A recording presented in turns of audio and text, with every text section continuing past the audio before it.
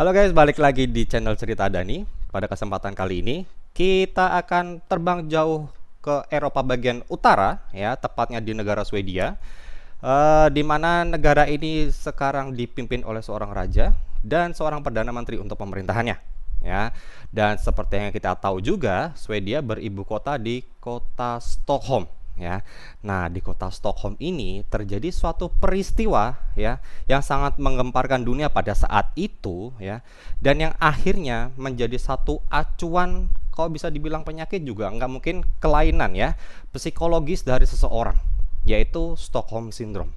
Bagaimana hal itu bisa terjadi dan apa efeknya untuk kita di masa ini, ya, nanti kita akan bahas secara peristiwanya dan efek-efeknya juga. Tapi sebelumnya, silakan untuk like, share, dan subscribe kalau misalnya teman-teman senang dengan konten-konten seperti ini, ya. Dan jangan lupa kalau misalnya teman-teman punya ide atau punya saran, silakan tuliskan di kolom komentar. Oke, nggak usah berlama-lama lagi, kita akan mulai kasusnya.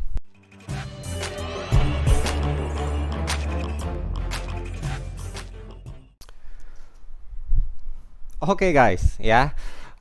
Kita akan mulai aja pembahasannya tentang satu kondisi psikologi, ya, yang menurut gue ini membuat gue bertanya-tanya, kok bisa sih terjadi seperti ini? Karena kalau kita nalar, ya, hal ini tuh sangat sulit untuk terjadi, ya, karena nggak masuk akal gitu, ya. Yaitu apa? Stockholm Syndrome, teman-teman, ya. Jadi memang kalau menurut dunia psikologi, Stockholm Syndrome itu sendiri ya tuh sebuah kondisi psikologi, ya, di mana orang yang disandera dalam hal ini menjadi korban, ya, itu bisa bertumbuh, ya, satu rasa simpati, ya, atau satu rasa sayang, ya, gambarannya seperti itu, kepada penculiknya, ya. Nanti kedepannya dari Stockholm Syndrome ini sendiri definisinya akan semakin meluas, ya, yaitu di mana seorang korban, ya, itu menjadi simpatik kepada orang yang sudah membulinya, ya.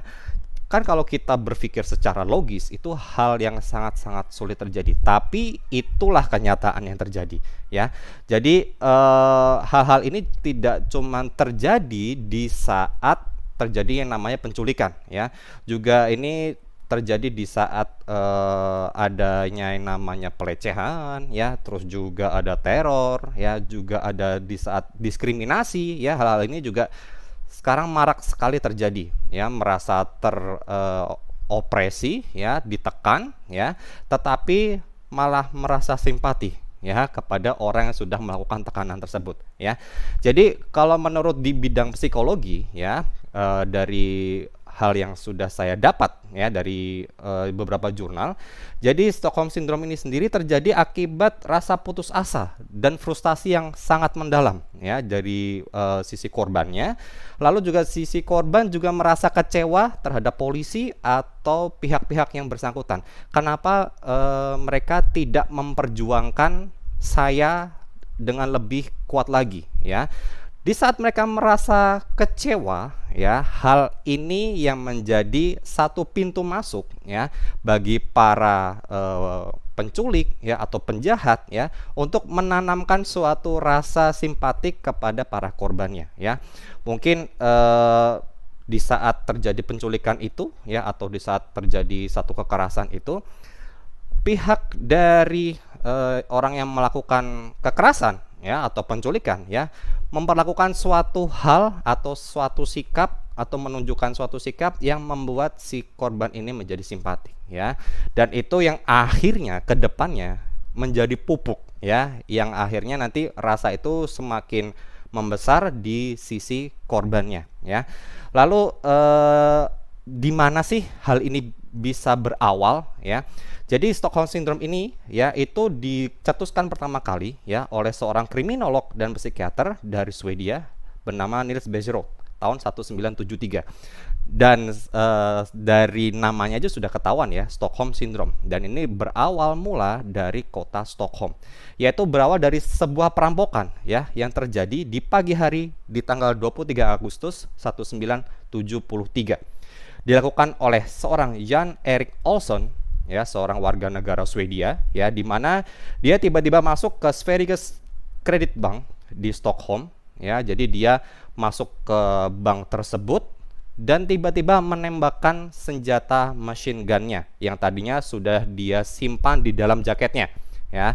Dan dia melakukan satu hal yang membuat dari testimoni para korban yang ada di sana, yaitu membuat mereka ketakutan, yaitu di saat menembakkan machine gun itu ke ceiling, ya, dia sambil berteriak, "The party just begun," yang artinya adalah pesta sedang dan atau pesta akan baru dimulai, ya. Dan itu bisa membuat mental orang lain itu menjadi drop, ya.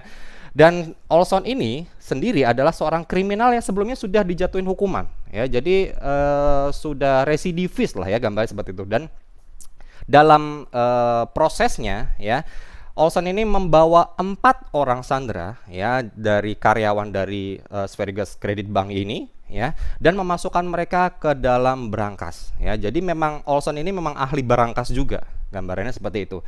Lalu dia meminta, ya, uang tebusan senilai $700.000, ya, sebuah mobil untuk melarikan diri dan menuntut pembebasan seorang rekannya, ya, bernama Clark Olofsson. Dan Clark Olofsson ini juga, ya, itu adalah seorang residivis, ya, itu kriminal pembunuhan polisi dan sedang menjalani istilahnya apa ya, hukumannya, ya, di penjara, gambarnya seperti itu, ya. Dan hal ini dikabulkan semua, ya, dari pihak polisi dari kota Stockholm.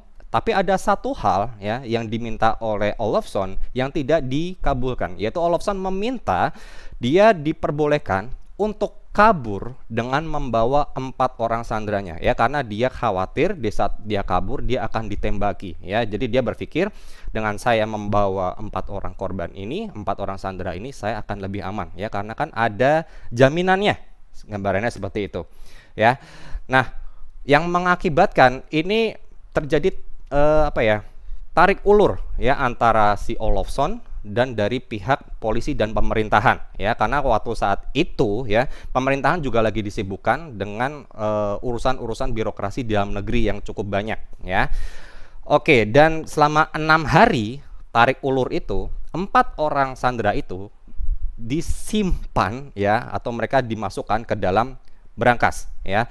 Dan dalam jangka waktu 6 hari ini, ya, itu yang mengakibatkan para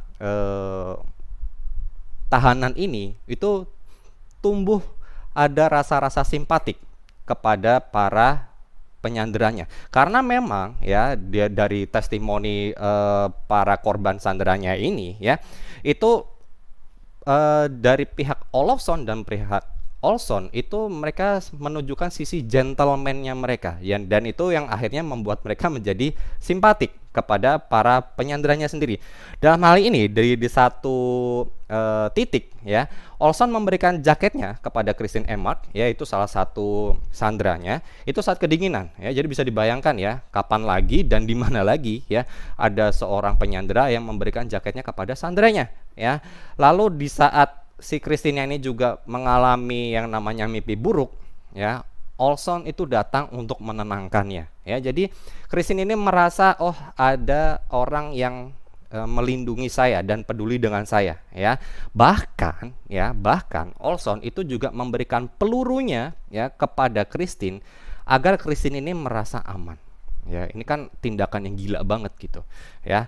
Lalu juga Olson menenangkan seorang Birgitta Lundblad, ya, salah satu sandera juga yang lain, ya.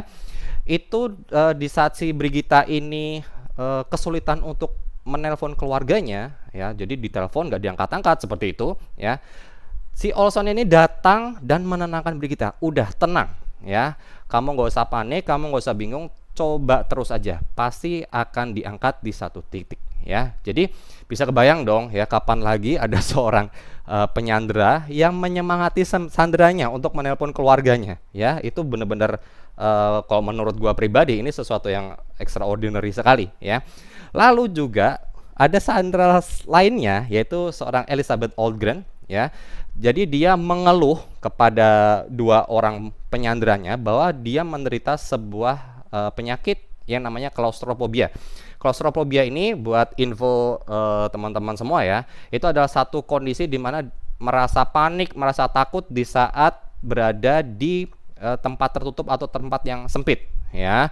Dalam hal ini kan mereka disimpan tuh ya, dalam hal ini disimpan di dalam berangkas ya, otomatis yang mengakibatkan claustrophobia-nya ini menjadi kumat, gambarannya seperti itu ya.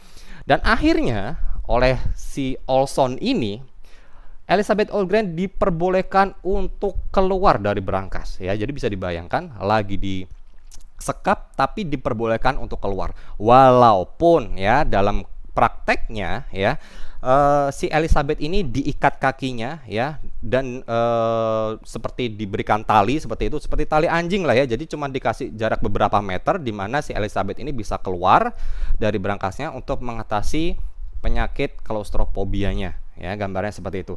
Dan ya bahkan ada satu sandera ya, satu-satunya sandera cowok namanya Sven Sävström ya, dia menyebut para penyanderanya adalah seorang emergency god ya. Jadi bisa dibayangkan ya, bahkan para penyanderanya ini disebut sebagai Tuhan ya oleh para sanderanya ya.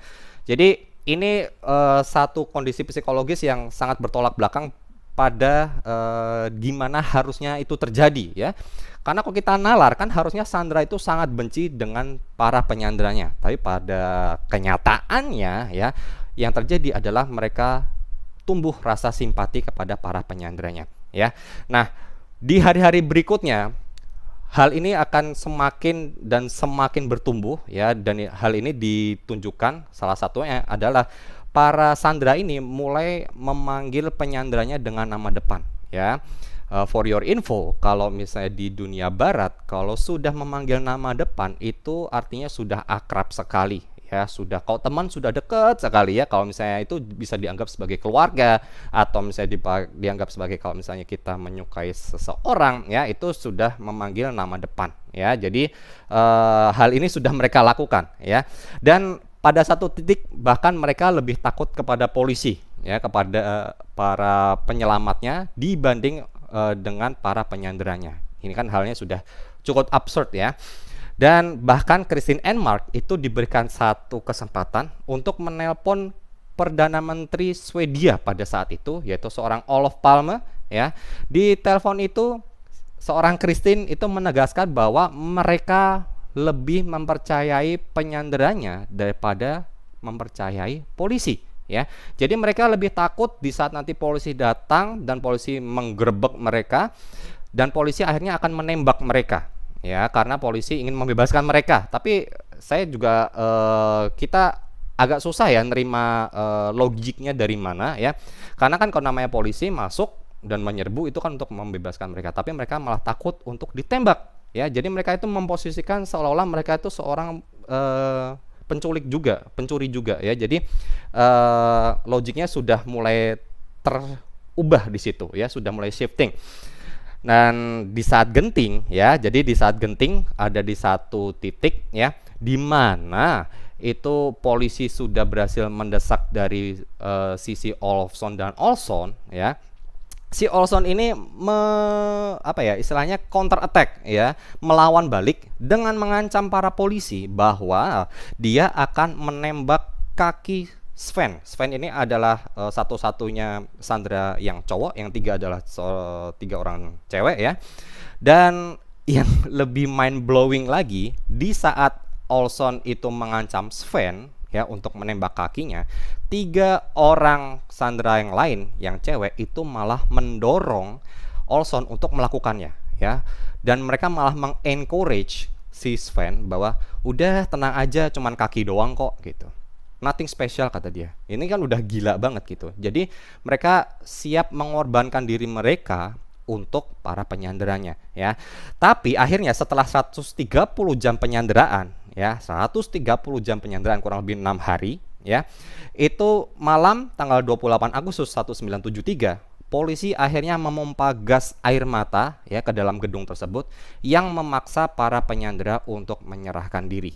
Dan sampai detik terakhirnya pun para sanderanya masih membela para penyanderanya. Ini gila banget ya. Di saat terjadi pemborgolan ya, bahkan beberapa dari sandera itu berteriak kepada polisi ya untuk menghentikan apa yang mereka lakukan ya. Jadi mereka sangat membela.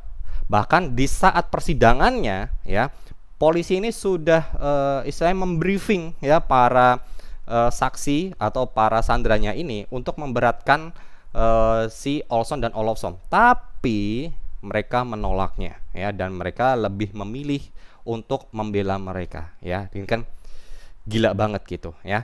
Dan itu yang menjadi satu tolak ukur ya, di mana para psikolog ya itu menjadikan peristiwa ini menjadi satu benchmark di mana ada satu orang atau satu kelompok atau satu sandera atau satu korban itu lebih merasa simpatik kepada orang yang sudah melakukan tindakan jahat kepada mereka ya. Dan itu akhirnya menjadi satu titik di mana Stockholm menjadi satu nama ya yang akhirnya disetujui dan istilahnya disepakati untuk menjadi satu kelainan ini, yaitu Stockholm Syndrome. Nah, kalau kita ngomong Stockholm Syndrome, apa sih efek yang bisa dirasakan oleh para orang yang sudah mengalami satu peristiwa ini ya, akhirnya mereka mendapatkan satu Stockholm Syndrome ini ya, yaitu yang pertama, akhirnya mereka akan merasakan kebimbangan di mana mereka susah menentukan mana hal yang baik dan mana hal yang buruk, mana hal yang benar dan mana hal yang salah.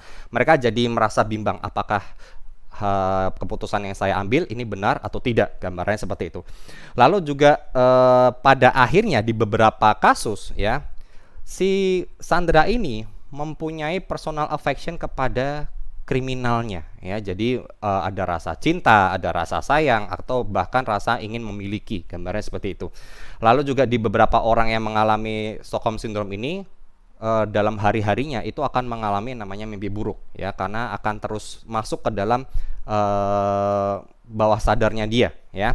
Lalu juga akan yang sudah parah ya, akan terjadi namanya post traumatic stress disorder ya. Ini bagi beberapa orang yang tidak kuat menerima ya, itu nanti akan berujungnya di hal-hal yang sangat mengerikan ya.